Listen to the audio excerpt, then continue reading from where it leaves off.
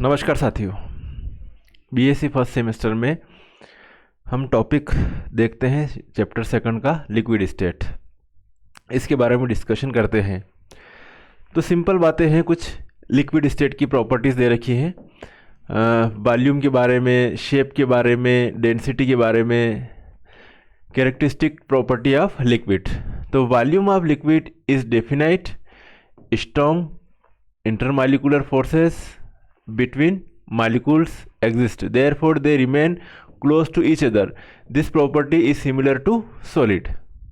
Okay, volume की जब बात करते हैं तो क्या होता है? Volume of liquid is definite, shape the liquid are mobile and acquire the shape of the container.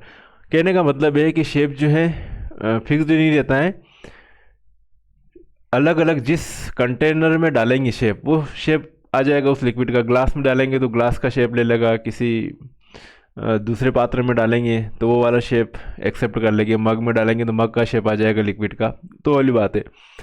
Density, तो molecules of liquid are closer than gases, मतलब जो मालिक्यूल्स रहते हैं सॉलिड, लिक्विड और गैस की जब बात करते हैं तो सॉलिड में तो बिल्कुल एक दूसरे जो मालिक्यूल रहते हैं बिल्कुल नियरेस्ट रहते हैं। लिक्विड में थोड़ी कंडीशन ये रहती है, थोड़ा सा डिस्टेंस रहता है, ज़्यादा ये फर्क नहीं है, लेकिन ये कंडीशन रहती है।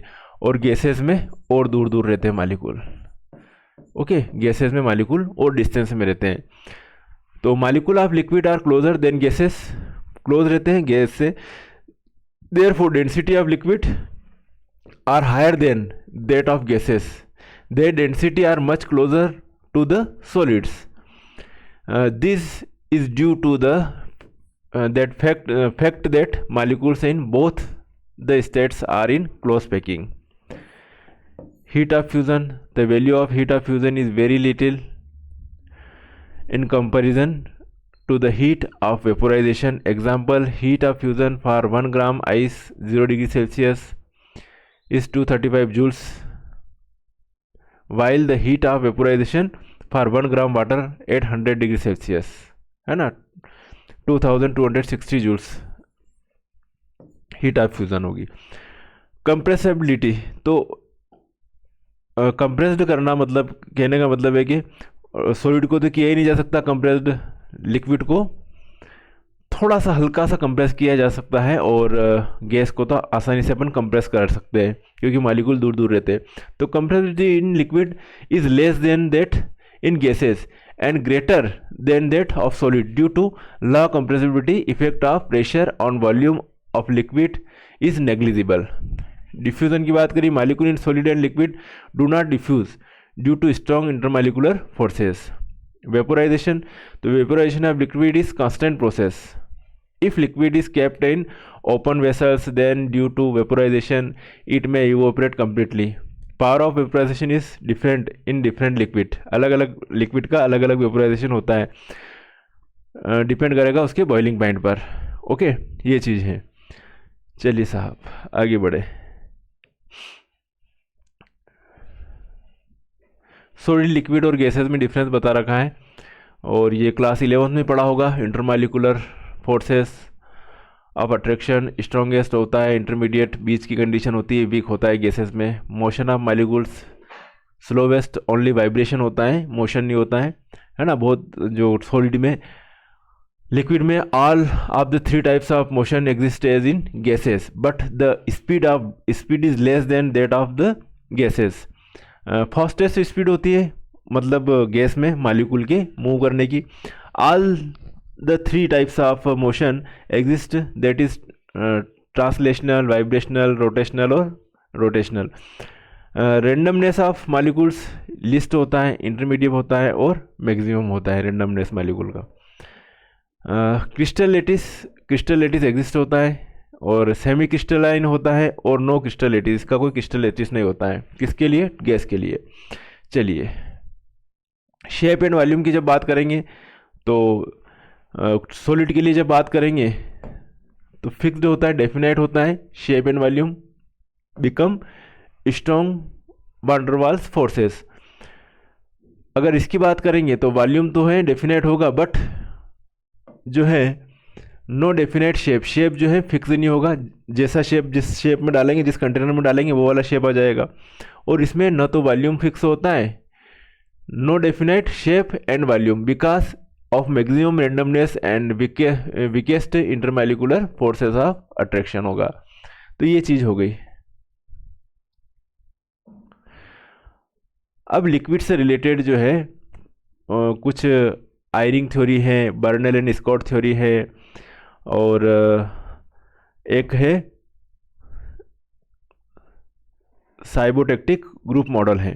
तो इन मॉडल के अकॉर्डिंग क्या कहा गया है कि जो लिक्विड में जो मॉलिक्यूल रहते हैं उनका अरेंजमेंट कैसे क्या रहता है, ये बताया गया है। ओके, सबसे पहले अपन आयरिंग थ्योरी की बात करेंगे। तो आयरिंग ने 1933 गिव ए मॉडल, इसने जो मॉडल दिया है उस मॉडल के अकॉर्डिंग, जैसे लिक्विड में जो है, लिक्विड में मॉलिक्यूल का अरेंजमेंट इस तरीके से होता है। लिक्विड आपने भर रखा है, पानी भर रखा है, जो भी है वेपर बन रही है साहब, मॉलिक्यूल का अरेंजमेंट इस टाइप से।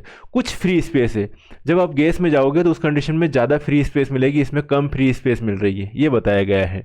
तो आयरिंग इन 1933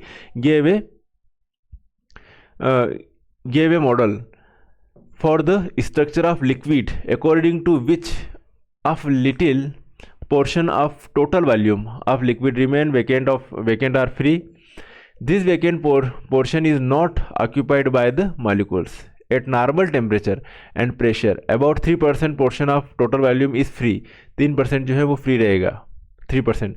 The vacant place are of molecule dimension, जो vacant रहता है वहाँ molecule घूम सकते हैं, and are observed randomly in bowl of the liquid. फिर बात करें अपन बर्नल और स्कॉट की थ्योरी। तो बर्नल और स्कॉट की जो थ्योरी है, अब देखो यहाँ पे सॉलिड के ये वाले, इसमें सॉलिड में मॉलिक्यूल इस टाइप से होते हैं, और इसमें जो है सॉलिड में मॉलिक्यूल का अरेंजमेंट ऐसे होता है, जैसे एक मॉलिक्यूल है कोई, वो उसके सराउंड में कितने मॉलिक्यूल दिख रहे हैं, 1 2 3 4 और 5। और जब सॉलिड की बात करते हैं तो उसके सराउंड में जो मॉलिक्यूल है 1 2 3 4 5 6, मतलब मॉलिक्यूल का अरेंजमेंट और नियरेस्ट हो गया इसमें, किसमें, सॉलिड की कंडीशन में। मेरी बात समझ रहे ना। तो इसमें थोड़ी सी सॉलिड और लिक्विड में ये थोड़ा सा डिफरेंस है बस, कि इसमें मॉलिक्यूल बिल्कुल क्लोजेस्ट होते हैं, इसमें क्लोजेस्ट नहीं है। तो बर्नल एंड स्कॉट थ्योरी में क्या है, according to this theory liquid is the random pack of molecule where they are very close but packed randomly. Molecule of liquid form irregular polyhedral shape है by this random packing. तो ये Bernal and Scott की theory हो गई। फिर बात करें साइबोटेक्टिक group, इसमें जो है अरेंजमेंट दे रखा साहब, ठीक है, अरेंजमेंट मॉलिक्यूल का। तो this model for structure of liquid was proposed by Stewart in 1927। According to this model structure of liquid is less crystalline shape नहीं होता इसमें, है ना, where cluster of molecules are present in large numbers. In one cluster 100 और more molecules are found in orderly manner. मतलब दो condition पाई जाती है इसमें, इसके अकॉर्डिंग, जैसे कि सॉलिड स्टेट में जो है मॉलिक्यूल जो है बिल्कुल एक ऑर्डर में रहता है, फिक्स्ड अरेंजमेंट अच्छा रहता है। गैस में कोई पूरा डिसऑर्डर रहता है, और गैस में जो लिक्विड रहते हैं उनमें कुछ ऑर्डर में है, कुछ नॉन ऑर्डर में। जैसे कि लाइनें बना रखी है अपनों ने, तो उस लाइन में कुछ मॉलिक्यूल, एक लाइन तो है जिसमें मॉलिक्यूल बिल्कुल अरेंजमेंट में, अगली लाइन में मिलेंगे उसमें अरेंजमेंट में नहीं है, आगे पीछे हो गए, ठीक है, टेढ़े मेढ़े इधर उधर लाइन में हो गए। तो दोनों कंडीशन होती है लिक्विड में, अरेंजमेंट लाइन वाइज भी होता है और लाइन वाइज नहीं भी होता है, दोनों कंडीशन। और सॉलिड की जब बात करेंगे तो अरेंजमेंट जो मॉलिक्यूल है उनका पूरा एक ऑर्डर में होगा, गैसेस में बिल्कुल किसी भी लाइन में अरेंजमेंट नहीं है, सही ढंग से नहीं है। तो दोनों कंडीशन होती है। तो ऑर्डरली मेलर मॉलिक्यूल मतलब बिल्कुल एक सिस्टमेटिक तरीके से, और इसमें कोई मैनर से नहीं है, ऊपर नीचे जा रहा है। इसमें देखो फिक्स्ड कंडीशन पे ये जो है मॉलिक्यूल अरेंज है। इसको कहते हैं, ये बीच में आ गया जैसे कि, तो साइबोटेक्टिक ग्रुप कहते हैं इसको, इस टाइप से अंदर अरेंजमेंट हो जाना। मेरी बात समझ रहे हो, स्क्रीनशॉट ले लीजिएगा। अब बात करें साहब difference between solid liquid crystal and liquid. देखो हम बात कर रहे थे पहले जो डिफरेंस देखा अपनों ने, सॉलिड लिक्विड और गैस के बीच में डिफरेंस देखा था। हम बात कर रहे हैं अब साहब सॉलिड लिक्विड क्रिस्टल और लिक्विड के बीच में। सॉलिड लिक्विड क्रिस्टल और लिक्विड के बीच में हम डिफरेंस की बात करते हैं।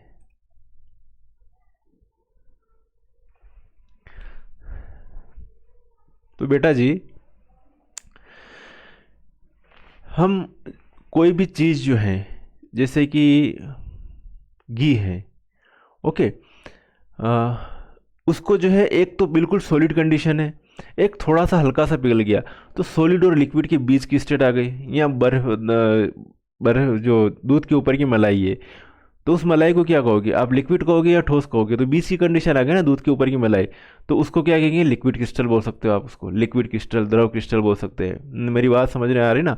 दोनों की बीच की अवस्था ठोस, जैसे कि हम बात करते हैं ये है ठोस साहब, और इधर जो है द्रव है, लेकिन जब चेंज हो रहा उस कंडीशन में, इसकी बीच की कंडीशन को क्या कहेंगे अपन, लिक्विड क्रिस्टल कहेंगे। बीच की, जब पूरी तरह से द्रव में कन्वर्ट नहीं हुआ, यहाँ पे पूरी तरह से ठोस है, ओके, जब पूरी तरह से द्रव में कन्वर्ट हो जाए कोई चीज़ तो उसको द्रव कहेंगे, लिक्विड कहेंगे, ओके।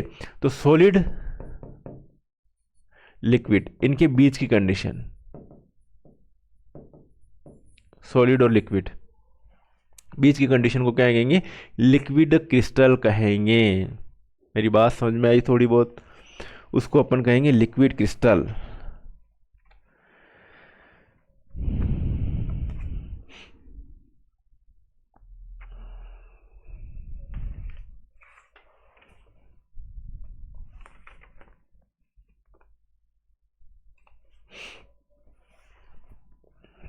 अब इनमें जो डिफरेंस है, एन आइसोट्रोपी, एन आइसोट्रोपी, तो जो क्रिस्टलाइन सॉलिड होते हैं वो दोनों हो सकते हैं। Crystalline solids are anisotropy but amorphous solid are isotropic, okay. ये जो होते हैं लिक्विड क्रिस्टल वो एन आइसोट्रोपिक होते हैं, मतलब विषमदेशिक होते हैं ओनली, और लिक्विड जो होते हैं वो आइसोट्रोपिक होते हैं साहब। मोबिलिटी, सॉलिड तो नॉट मोबाइल होते हैं, लेस मोबाइल, ठीक है, लेस मोबाइल देन लिक्विड। और ये जो होते हैं सॉलिड लिक्विड में जो मॉलिक्यूल होते हैं वो मोबाइल होते हैं, गतिशील होते हैं। सरफेस टेंशन एंड विस्कोसिटी, तो सरफेस टेंशन एंड विस्कोसिटी जो है वो सॉलिड शो थोड़ी करते हैं। सरफेस टेंशन और विस्कोसिटी सॉलिड शो नहीं करते हैं। कौन शो करता है? Show surface tension and viscosity, show surface tension and viscosity more viscous than liquid. ये क्या होता है? मोर विस्कस होते हैं, इनकी विस्कोसिटी ज़्यादा होती है देन लिक्विड से। ये बात बता दी साहब, ओके।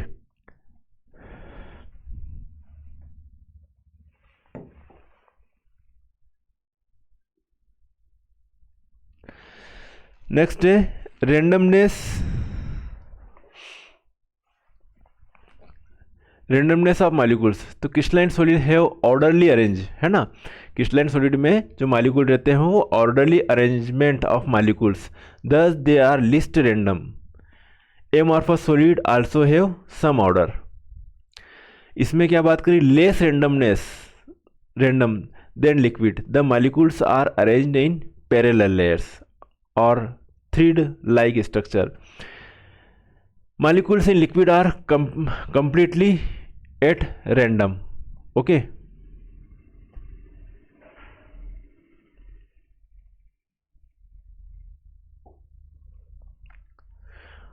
अब बात करते हैं लिक्विड क्रिस्टल। लिक्विड क्रिस्टल साहब, लिक्विड क्रिस्टल का कई जगह यूजेस होता है। कई सारी जो ड्रग्स बनती हैं, कई सारी जो दवाइयाँ बनती हैं, उसमें जो है लिक्विड क्रिस्टल होते हैं, लिक्विड क्रिस्टलाइन फॉर्म में होते हैं। या फिर कई जो आप देखोगे कि एलसीडी की जो स्क्रीन रहती है वो लिक्विड क्रिस्टल है, मतलब बीच की कंडीशन में है। और मोबाइल की स्क्रीन है ना, वो भी उस टाइप से बनती है, लिक्विड क्रिस्टल टाइप से। तो दोनों की बीच की कंडीशन पूरी तरह से ठोस भी नहीं है, पूरी तरह से सॉलिड भी नहीं है। तो it has been observed that a large number of solid substance with long chain molecules such as para azoxy anisole, para azoxy phenetoles cholesterol benzoate etc. are found to exhibit peculiar properties. When heated, they melt sharply at the definite temperature to a milky liquid or turbid liquid. Milky liquid और turbid liquid.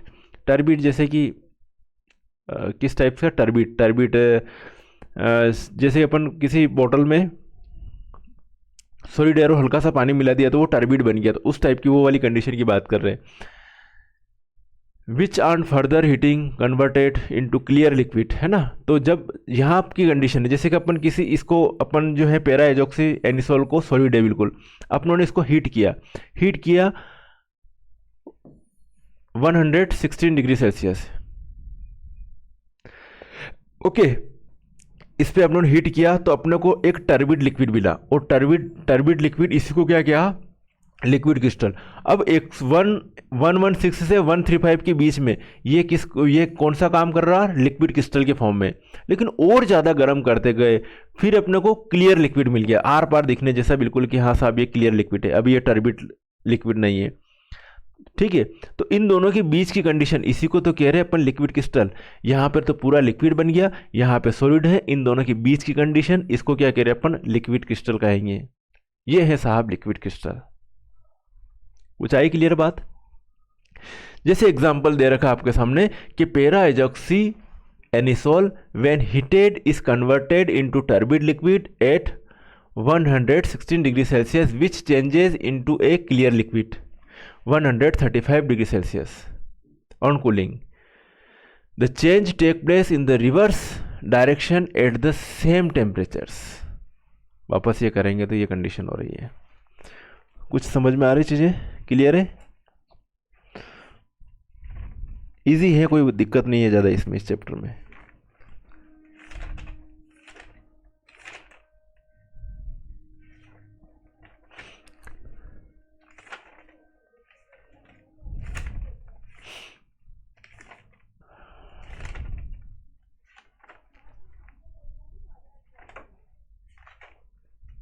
Okay, अब हम बात करें कुछ. अब ये जो है ना, इसकी जो बात कर रहे हैं अपन, मिजोमॉर्फिक स्टेट की बात कर रहे हैं, लिक्विड क्रिस्टल एक ही बात है. तो इनके जो कौन कौन से फॉर्म है इसके बारे में, ये 3 टाइप से होते हैं: स्मेटिक, नेमेटिक एंड कोलेस्टिक. स्मेटिक में ये अरेंजमेंट रहता है, नेमेटिक ये है और कोलेस्टिक ये है. 3 टाइप से क्या है? स्मेटिक, नेमेटिक और कोलेस्टिक. ओके, द टर्बिड लिक्विड मतलब वो मिजोमॉर्फिक स्टेट में है. टर्बिड लिक्विड वही लिक्विड क्रिस्टल, उसी को टर्बिड लिक्विड भी कह रहे हैं. मिजोमॉर्फिक स्टेट भी इसी को कहते हैं, लिक्विड क्रिस्टल भी इसी को कहते हैं. तो turbid liquid thus obtained exhibit double refraction and also give interference pattern in polarised light. This properties are show by an isotropic crystal. Hence this turbid liquid is named as a liquid crystal. और ये liquid crystal जो है वो smectic है, नेमेटिक है और कोलेस्टिक है, liquid crystal के टाइप हैं. ओके, और इनकी अरेंजमेंट कैसे रहता है? एन आइसोट्रोपिक है. ये सारे लिक्विड कैसे? एन आइसोट्रोपिक, विषमदेशिक है हिंदी में कहे तो. अब जब बात करें अपन इसकी स्मेटिक की, स्मेटिक टाइप, ये स्पेक्ट्रिक टाइप है. इसमें जो लेयर जो रहती है ना, एक दूसरे के ऊपर क्या करते हैं, ये एक दूसरे के ऊपर कोई लेयर रखी हुई तो एक दूसरे के ऊपर आराम से फिसल सकती है, एक दूसरे के ऊपर ये फिसल सकती है. तो इसको इस फॉर्म में बता दिया वापस. तो smectic type, in this type of liquid crystal the long chain molecule, okay, side by side parallel to each other in well designed and छपानी इसमें. चलिए, तो इसमें जो होता है कुल मिला के ये कह सकते हैं कि जो लिक्विड क्रिस्टल है इसमें जो है एक दूसरे के ऊपर जो लेयर्स रहती है वो एक दूसरे के ऊपर फिसल सकती है. और इसमें जो लेयर जो रहती हैं 2 डायमेंशनल ऑर्डर में रहती है and 1 dimensional order. Okay, smectic.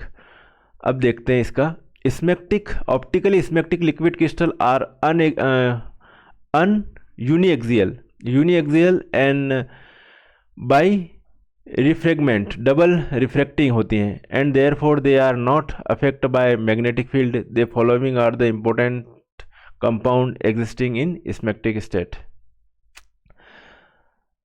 इसके एग्जाम्पल दे रखे साहब स्मैक्टिक के, ये दे रखे हैं एथिल पेरा एजॉक्सी बेंजोएट, एथिल पेरा ऑक्सी सिन्नेमेट एंड ऑक्टिल पेरा ऑक्सी सिन्नेमेट। इनके ट्रांजिशन पॉइंट दे रखे हैं, फिर मेल्टिंग पॉइंट आगे आता है। मेल्टिंग पॉइंट पहले ट्रांजिशन पॉइंट फिर मेल्टिंग पॉइंट, तो इस ट्रांजिशन पॉइंट पर ही क्या रहती हैं, ये लिक्विड क्रिस्टल के फॉर्म में रहते हैं। कैरेक्टर दे रखे हैं लिक्विड क्रिस्टल के ये। फिर बात करें अपन नेमेटिक टाइप्स, किसकी बात करें, नेमेटिक टाइप। स्मैक्टिक हो गया,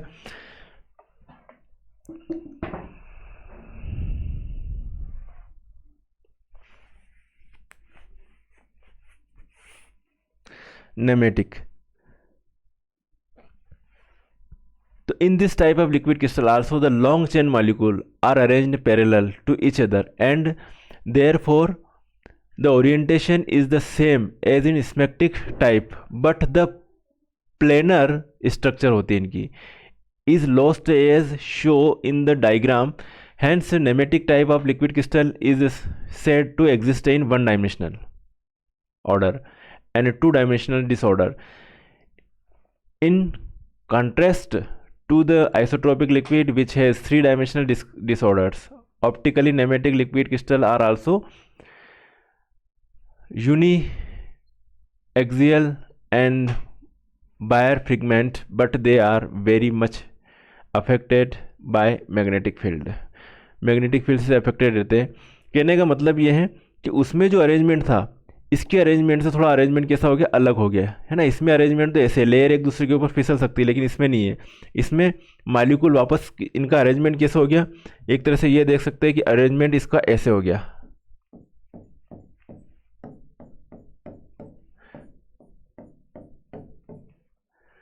इस तरीके से अरेंजमेंट हो गया मॉलिक्यूल का।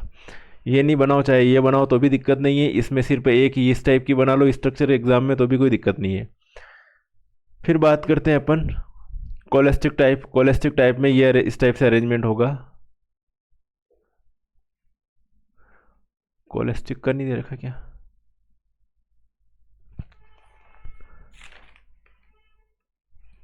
चलिए कोलेस्टिक का नहीं दे रखा, तो कोलेस्टिक के लिए अगर डायग्राम बनाना हो तो इस टाइप से आप बना सकते हो, बता देता हूं मैं आपको। कोलेस्टिक के लिए इस तरीके से कुछ डायग्राम बन जाएगा।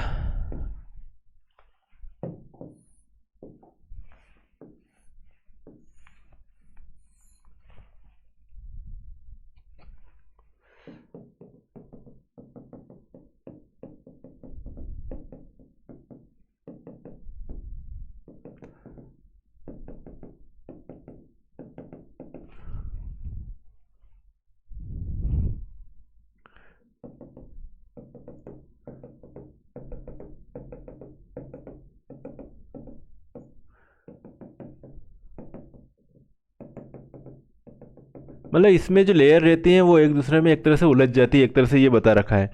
या फिर इसको ऐसे भी बता सकते हैं, इस तरीके से इसी को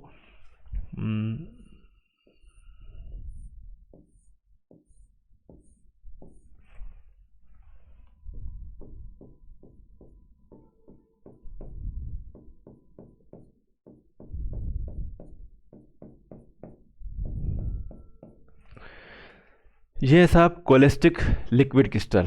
ओके, क्या है कोलेस्टिक लिक्विड क्रिस्टल। इसमें कोलेस्टिक लिक्विड क्रिस्टल में जो है मॉलिक्यूल जो होते हैं वो ऑप्टिकली एक्टिव होते हैं। क्या होते हैं, ऑप्टिकली एक्टिव, इतना बता सकते हो। Cholesteric liquid crystal show many of the characteristic behaviour of nematic liquid crystal and also possess some special optically properties. They are found to cause dispersion of white light into brilliant colors and rotation of polarization of transmitted light. Okay, जो light होती है plane polarised light उसको rotate कर देते हैं। The twisted molecule layers present in the cholesteric liquid crystal are found to be responsible for this optical properties. responsible for optical properties. Cholesterol benzoate and many derivatives of cholesterols belong to this type compounds which have no relation of cholesterol, such as polybenzyl glutamate and compound of others sterol system are also found to be cholesterol in nature. तो इसमें कुछ नहीं, थोड़ा थोड़ा जो smectic नेमेटिक कोलेस्ट्रिक crystal है इसके diagram देख लेना और इनके क्या किसको क्या कहते हैं इतना सा देखना है और इनकी एप्लीकेशंस देख लेना। चलिए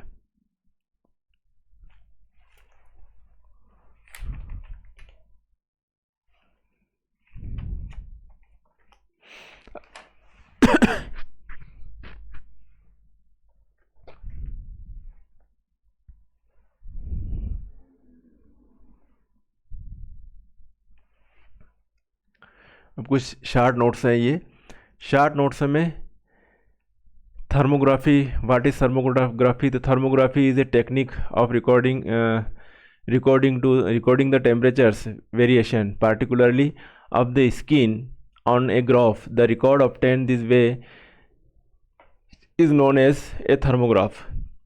It is based on the fact that on account of the helical structure of the cholestic liquid crystals, thermography में यूज़ होता है कोलेस्टिक लिक्विड क्रिस्टल का। They possess an extraordinary optical property of reflecting light of varying colours under different temperatures. This is because the helical structure has characteristics pitch length. This pitch length are within the range of the wavelength of the visible light. There is a change in the pitch length when the temperature is altered, but the chemical structure of the helix will remain the very same. तो ये thermography के बारे में सिर्फ 2-4-5 लाइनें हैं, देख सकते हो। 7 सेगमेंट सेल, 7 सेगमेंट सेल जो होते हैं साहब, लिक्विड क्रिस्टल का ये भी एक एप्लीकेशन हो जाएगा। 7 सेगमेंट सेल बनाते हैं, एलसीडी वगैरह जो बनती है, तो 7 सेगमेंट सेल में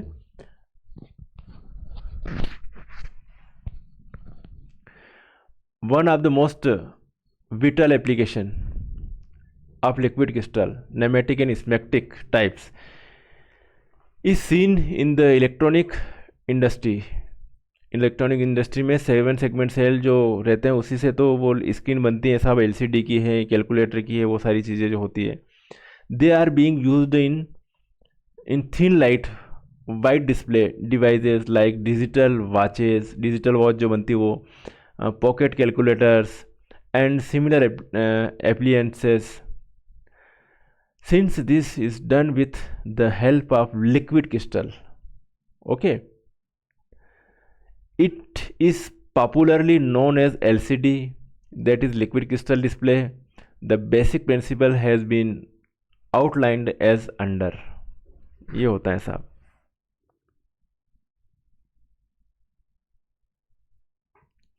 ओके, ये हैं चीज़ें।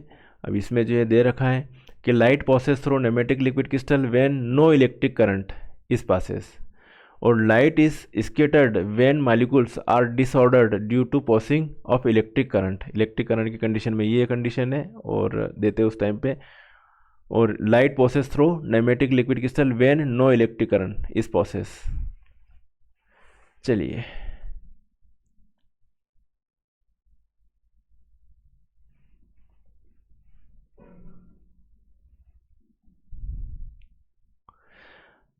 अब बात करते हैं, एक और टॉपिक की बात कर लेते हैं। चलो, crystalline solid and amorphous solid, difference पूछा जाता है कई बार क्रिस्टलाइन और एमॉर्फस सॉलिड में। 12th में भी होगा, सॉलिड स्टेट चैप्टर पढ़ा हो तो, बाकी अभी तो रिमूव हो गया है सॉलिड स्टेट। तो difference between crystalline and amorphous substance. तो crystalline solid possess specific and uniform geometry which extend throughout the crystal, therefore crystalline solid possess long range order. Amorphous solid do not have such specific orderly arrangement.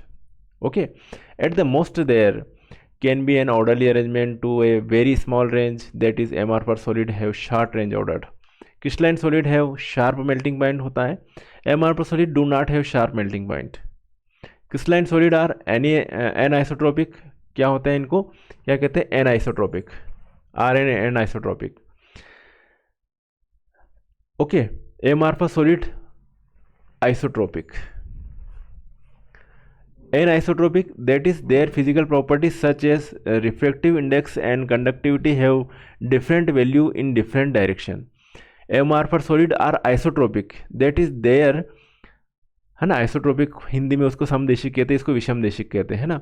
तो amorphous solid are isotropic, that is their physical properties such as refractive index, conductivity and mechanical strength have same values in the all direction. All direction में जो इनकी जो value रहती है वो क्या रहती है, सेम रहती है साहब। जैसे कि हम यहाँ पे बात करेंगे कि आइसोट्रोपी और एन आइसोट्रोपी, तो ये एन आइसोट्रोपी की बात कर रहे हैं इस क्रिस्टल में। एन आइसोट्रोपी ये वाला जो प्रॉपर्टीज रहती हैं, ये वाली किस में रहती है, क्रिस्टलाइन सॉलिड में रहती है। क्रिस्टलाइन सॉलिड जो ये अपनों ने बात कर रखी, ये क्रिस्टलाइन सॉलिड, इसकी प्रॉपर्टीज किसी, इसके लिए ये कंडीशन है एन आइसोट्रोपी वाली कंडीशन में। एन आइसोट्रोपी वाली कंडीशन में क्या हो रहा है, जैसे मॉलिक्यूल का अरेंजमेंट है साहब, ये अरेंजमेंट है, तो अलग अलग डायरेक्शन में अलग अलग अरेंजमेंट दिखेगा। जैसे हम इस डायरेक्शन में चल रहे साहब, इस डायरेक्शन में चल रहे, तो हमें क्या दिख रहा, जैसे कि इसको अपनों ने मान लिया positive positive negative positive negative positive negative positive negative, okay, negative positive negative positive negative positive negative positive ions आ रहे हैं। अब अगर इस डायरेक्शन में चलेंगे तो सभी negative negative negative negative negative ions आ रहे हैं, positive positive positive positive positive ions आ रहे हैं।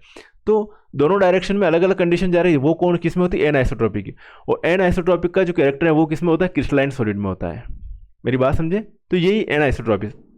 दो डायरेक्शन में गए, PQ में अरेंजमेंट अलग है और AB में अरेंजमेंट का अलग है। यही आइसोट्रोपी एन आइसोट्रोपी के बारे में जो बात करते तब बात करते हैं। समझ में आ गया ना, isotropy N isotropy.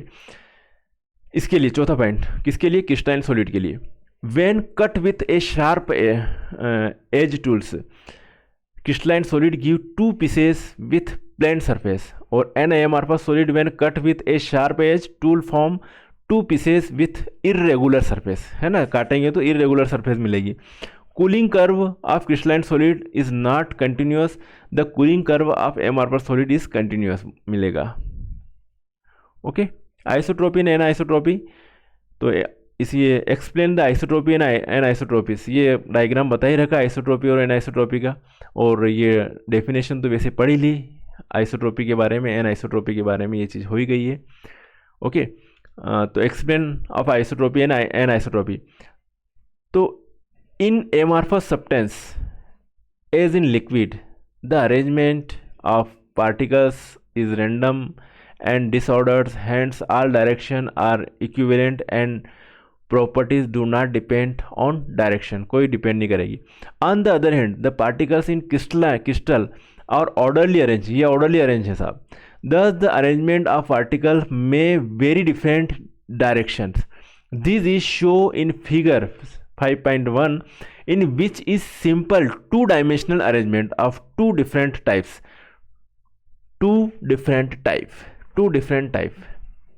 of particles has been illustrated when a property is measured along AB and AQ. AB में अलग है और PQ में अलग है, AB and PQ.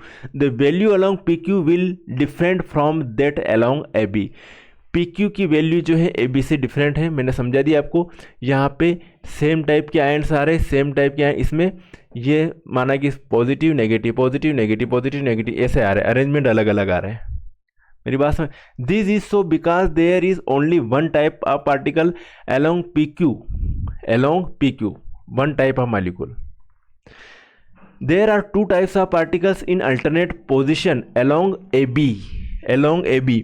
This is why crystalline substance are anisotropic, इसको कहते हैं एनआइसोट्रोपिक। मेरे हिसाब से ये जो कैरेक्टर आपको अच्छी तरह से माइंड में फिट हो गई होगी ये वाली बात।